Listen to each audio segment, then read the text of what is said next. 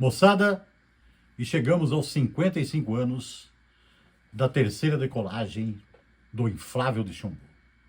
Happy birthday to you, Led Zeppelin 3.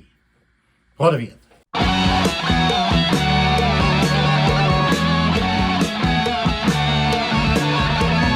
Saudações pesadas, moçada, o seu peso do dia chegando para pôr muito mais peso em sua vida. E antes de falarmos do assunto de hoje, peço a você que ainda não fez sua inscrição, que vá lá, faça sua inscrição, deixa lá o seu like, para que a gente continue fazendo aqui os nossos vídeos, beleza? Vocês que é inscrito também, ative lá o sininho, né, para você não perder nenhum vídeo, porque às vezes sai mais de um no dia, então aí sai um vídeo, você acha que já foi, mas às vezes sai mais algum, beleza?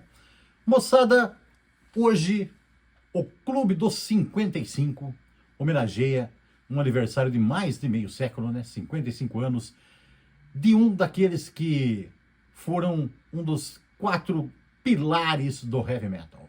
Então, é um disco do Led Zeppelin. Vocês se lembram da história que já falei aqui, que os 3 mosqueteiros, na verdade, eram 4, né? Porque tinha Artus, Porthos e Aramis, mas tinha o D'Artagnan, que ficava meio escondido, mas era o 4º.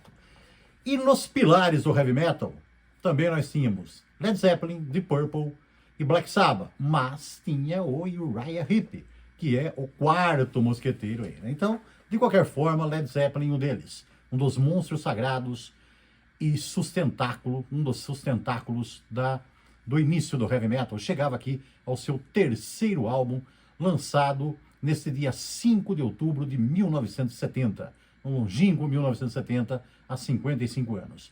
E aí, moçada, esse disco aqui, ele veio já carregado de muita expectativa, né? Porque os 2 primeiros álbuns do Led Zeppelin venderam as turras. E já foi criada aí uma grande expectativa em torno da banda também, excursões pela Inglaterra, pela Europa, pelos Estados Unidos, muito lotadas e muito sucesso. Então, já na pré-venda, esse disco aqui já vendeu muito bem também. Só que quando ele saiu, o impacto dele foi assim meio curioso. Muita gente se assustou um pouco com esse play quando ele saiu. Por quê? Hoje, nós que já conhecemos toda a discografia do Led Zeppelin, não percebemos isso. Para nós ele é bem normal. Mas para a época, o Led Zeppelin, nos seus 2 primeiros discos, tinha feito um som muito mais hard rock e hard and heavy, que era o heavy metal primitivo, né, do início, lá, da primeira geração. E muita gente esperava que a banda seguisse o mesmo caminho, mas a banda deu uma guinada, deu uma virada. Porque tira da primeira faixa, que é um heavy metal bem pesado para a época, aí, bem paulada, as outras faixas descambam muito para um folk, para um psicodélico e para o blues. Coisas que tinha também nos 2 primeiros discos do Led Zeppelin, mas assim, não eram a tônica daqueles discos, né? Tem algumas músicas assim. Aqui elas foram a maioria. Então muita gente se assustou um pouco. Mas na verdade, depois, né, o disco foi aclamado e se deu muito bem. Mas é que eles não esperavam que a banda desse uma virada assim mais para esse lado, né? Na verdade, o que aconteceu foi que os caras quiseram experimentar mais, explorar um pouco mais de outros instrumentos, algumas coisas meio bucólicas, porque principalmente Robert Plant e Jimmy Page haviam passado férias lá. O Robert Plant tinha ido lá, né? Depois ele levou o Jimmy Page lá na Snowdonia, no país de Gales, num lugar lá que se chamava a Colina de Ouro, né? Brun e Ardur, lá em Celta, antigo, né? E aí aquilo lá inspirou esse clima um pouco mais folk, mais blues, mais acústico. Então esse disco aqui tem banjo, tem bandolim, tem um monte de coisa aqui interessante que os caras tocaram aqui, né? E nós vamos falar então dessas faixas e também desses instrumentos que a formação original e única do Led Zeppelin aqui executou. Não quero o meu scalpo, tá falando que formação única. Depois, nos anos 80, o Led Zeppelin andou tocando, 80 e 90, andou tocando com o filho do John Bonham, não, Jason Bonham. Sim, mas isso foi depois do final e foi assim em algumas reuniões esporádicas. O Led Zeppelin mesmo de carreira só teve uma formação, certo? E que formação? Todo mundo está careca de saber, mas eu vou falar dela aqui de novo, né? Robert Plant nos vocais, o Jimmy Page na guitarra, John Paul Jones no baixo e John Bonham na bateria. Só que esses 3 caras, Jimmy Page, John Paul Jones e John Bonham fizeram mais do que simplesmente guitarra, baixo e bateria aqui. O Jimmy Page, ele tocou muita guitarra, mas guitarra elétrica e acústica. Teve muito violão aqui. Ele também tocou banjo em algumas faixas desse disco. O John Bonham, além da bateria, tocou percussão e algumas percussões aí bastante incrementadas, com caçanholas, congas e outros bichos, né? E o John Paul Jones, que sempre foi o responsável pelo baixo e pelos teclados, né? John Paul Jones, baixo e teclados.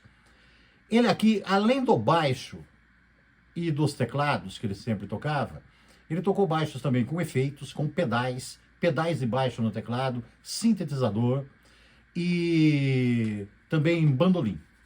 Tá? Então ele fez aqui vários instrumentos nessas faixas bastante rebuscadas que o Led Zeppelin trouxe aqui, desse disco que é espetacular, sensacional, seminal, imprescindível e invisível até. Nós vamos tentar dizer umas coisas dele aqui, mas é um disco aqui difícil até de ser comentado, porque é fantástico. É uma obra de um gigante, né, da época que os gigantes caminhavam sobre a Terra. Tá? Então vamos tentar fazer jus aqui comentando a respeito dessas faixas. Muito bem, moçada. A música que abre aqui, que eu já citei ela aqui para vocês, é Immigrant Song. Uma daquelas músicas, né, que são uma das mais famosas do Led Zeppelin, que ficaram famosas ao longo dos anos.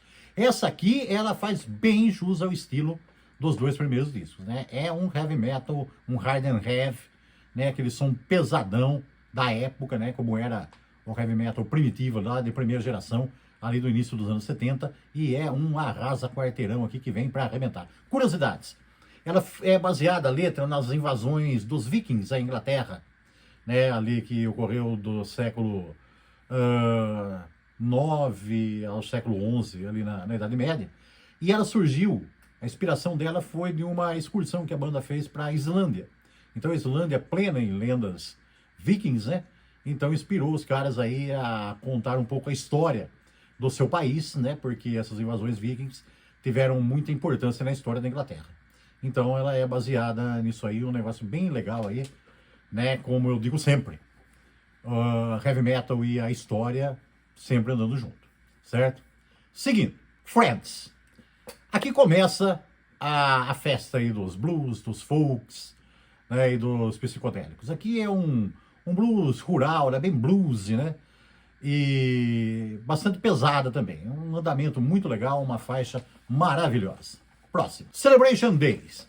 Uma outra bluseira também, mas só que diferente da primeira, que era mais acústica, essa aqui é mais elétrica, né? E ela vai nessa bluseira assim, até uma certa parte, depois ela descamba para um hard um pouco mais pauleiro. Uma grande faixa também, com grandes mudanças de clima, uma outra grande obra desta grande banda. Próxima, Since I've Been Loving You. Essa é aquela baladona do Led Zeppelin, aquela baladona dramática, né?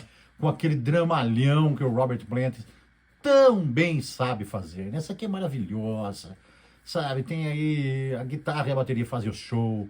John Paul Jones também arrasa ali no órgão Hammond, no pedal de baixo. É uma música sensacional, uma grande balada, aquela baladona dramática que o Led Zeppelin sempre gostou de fazer. A próxima, Out of the Tiles. Essa aqui também é outra pauleira da época, tá? Não é só Immigrant Song, né? Essa aqui também é outro pau ali do heavy metal da época, né? E sabe quando eu falo pra vocês que eu ouço uma música e acabo lembrando de outra? Quando eu ouço essa aqui, eu lembro um pouco de Highway Star, do Deep Purple, e vice-versa.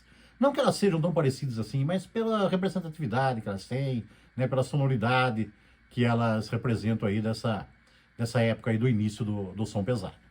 Lado 2, Gallows Pole. Essa aqui é bem folk, né? Com vocal corretíssimo. Aí ela tem uma batida forte também, umas percussões muito legais. E tem umas entradas ali de banjo e bandolim que são fantásticas, essa música aqui também.